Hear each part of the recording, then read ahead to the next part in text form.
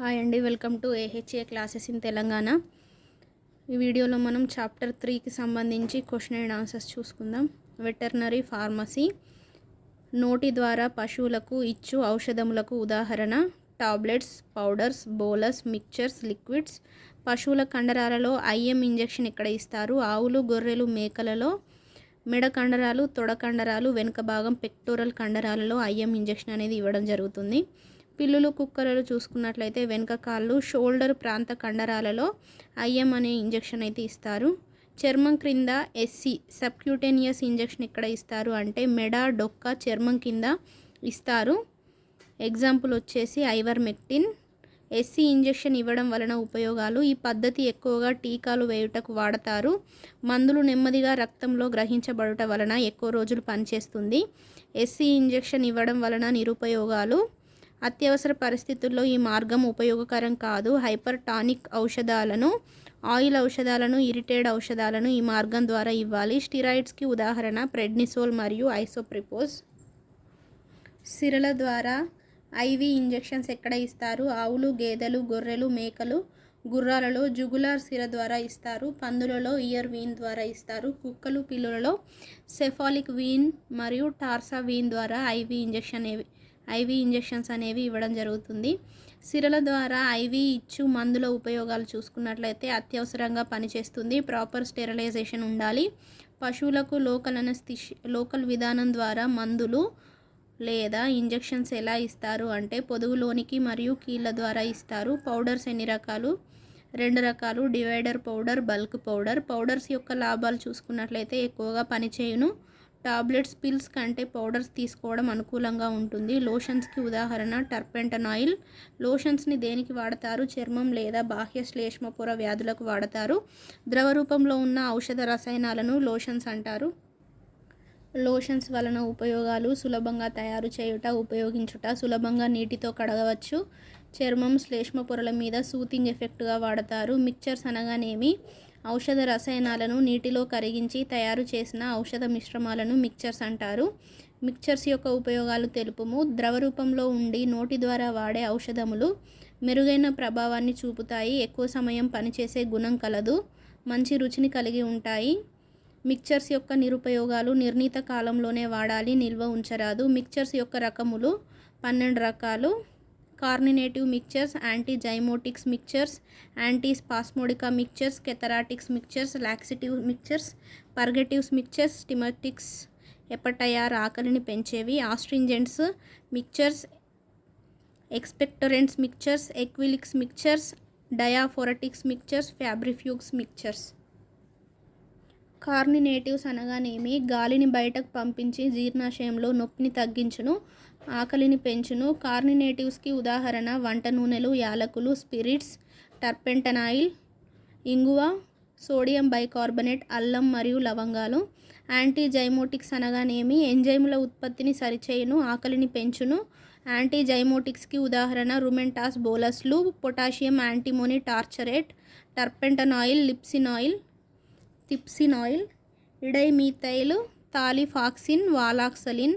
యాంటీస్పాస్మోడికా mixtures అనగానేమి? తరచూ జీర్ణాశయ కండరాలలో కలిగే నొప్పిని తగ్గించు ఔషధాలు. ఎగ్జాంపుల్ ఏట్రోపిన్, జింజర్ టుస్కోఫాన్, గ్రీన్ వాటర్, డ్రైసైకమైన్ మిక్చర్.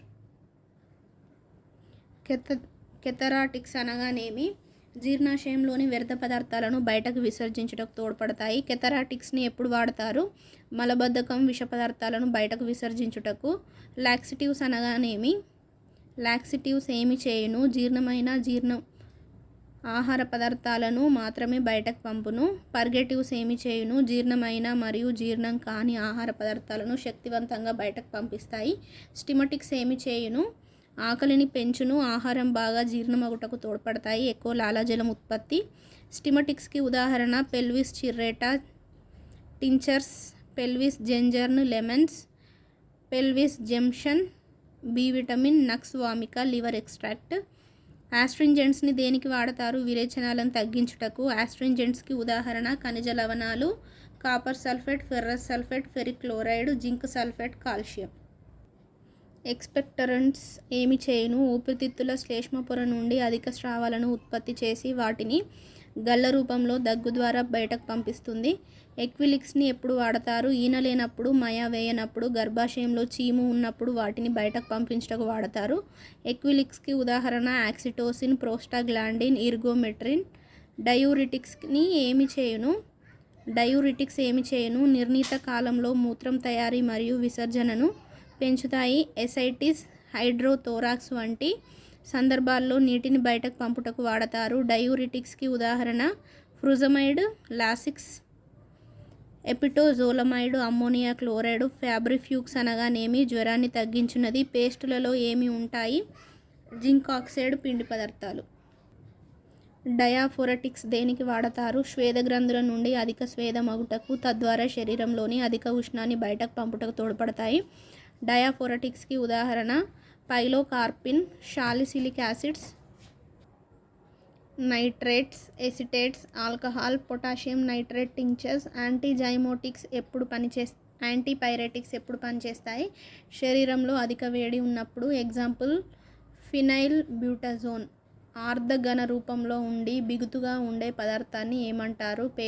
పేస్టులను వేటికి వాడతారు? వివిధ రకాల చర్మ వ్యాధులకు. టాబ్లెట్స్ మరియు పిల్స్ అనగానేమి? ఒక చిన్న ఔషధ రసాయనిక ముద్ద. టాబ్లెట్స్ని ఎన్ని పద్ధతులలో తయారు చేస్తారు? Moulded tablets, triturated tablets, hypodermic tablets, compressed tablets, sugar coated tablets. Bolus అనగానేమి?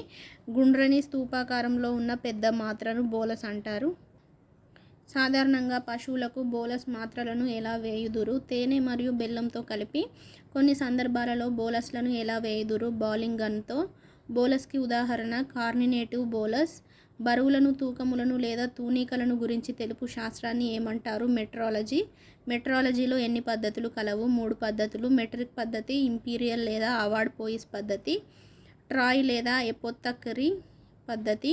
మెట్రిక్ పద్ధతి అనగానేమి? ప్రపంచపు చాలా దేశాలలో బరువులు, తూకములు మరియు కొలతలను కొలుచుటకు మెట్రిక్ పద్ధతిని వాడుతున్నారు. మెట్రిక్ పద్ధతిలో 1 గ్రాము ఘనపదార్థం సుమారు ఎన్ని ద్రవ పదార్థాలకు సమానం? 1 mm. మెట్రిక్ పద్ధతిలో ఘనపదార్థాల బరువును తెలుసుకొనుట. 1 టన్ అంటే 1000 కిలోగ్రామ్స్, 1 క్వింటాల్ అంటే 100 కిలోగ్రామ్స్, 1 కేజీ అంటే 1000 గ్రామ్స్, 1 గ్రాము అంటే 1000 మిల్లీగ్రామ్స్. 1 మిల్లీగ్రాము 1000 మైక్రోగ్రాములు, 1 మైక్రోగ్రాము 1000 నానోగ్రామ్స్, 1 నానోగ్రామ్ 1000 పికోగ్రాములు. ఇంపీరియల్ పద్ధతి ఎక్కువ ఎక్కడ వాడకంలో ఉంది అంటే యునైటెడ్ కింగ్డమ్ వంటి దేశాలలో. ట్రాయ్ ఎసదోతర పద్ధతిని దేనికి వాడతారు అంటే ఔషధముల తయారీకి. ట్రాయ్ పద్ధతిలో బరువులు తూచే పద్ధతిని తెలుపుము. 20 గ్రెయిన్స్ అంటే 1 స్క్రంపుల్, 3 స్క్రంపుల్స్ అంటే 1 డ్రెంచెస్, 8 డ్రెంచెస్ అంటే 1 ounce, 12 ounce అంటే 1 pound. ఔషధ ఆజ్ఞాపత్రమును ఎవరు వ్రాయుదురు అంటే రిజిస్టర్ డాక్టర్ లేదా ప్రాక్టీషనర్ అనేవారు ఔషధ ఆజ్ఞాపత్రాన్ని ప్రిస్క్రిప్షన్ని రాయడం జరుగుతుంది. ఔషధ పత్రమును సాధారణంగా ఏ భాషలో వ్రాయుదురు అంటే లాటిన్ భాష. ఔషధ పత్రమును లాటిన్ భాషలో వ్రాయుటకు గల కారణం ఏమిటి అంటే వైద్యమును రహస్యంగా ఉంచుటకు, సొంత వైద్యమును నిరోధించుటకు. మొక్కలు, మందులు, శాస్త్రీయ నామములు ఎక్కువగా లాటిన్ భాషలో ఉండుట వలన. రోమన్ల ఆరోగ్య దేవత ఎవరు అంటే జూపిటర్. ఆజ్ఞాపత్రం నందు గల భాగాలు ఏవి? చిరునామా, superscription, inscription, subscription, signature, sign లేదా ఇనీషియల్. ఓడి అనగానేమి? రోజుకు ఒకసారి, వన్స్ డైలీ. బిఐడి అనగానేమి? రోజుకు 2 సార్లు, bi in a day. TD అనగానేమి? రోజుకు 3 సార్లు, trice in a day. Indian pharmacopoeia IP ఏ సంస్థ ఆధ్వర్యంలో వెలువడింది అంటే ప్రపంచ ఆరోగ్య సంస్థ WHO. ఈ వీడియోలో మనం చాప్టర్ 3కి సంబంధించి క్వశ్చన్ అండ్ ఆన్సర్స్ అనేవి చూసుకున్నాం. నెక్స్ట్ వీడియోలో మనం చాప్టర్ 4కి సంబంధించి క్వశ్చన్ అండ్ ఆన్సర్స్ అనేవి డిస్కస్ చేసుకుందాం.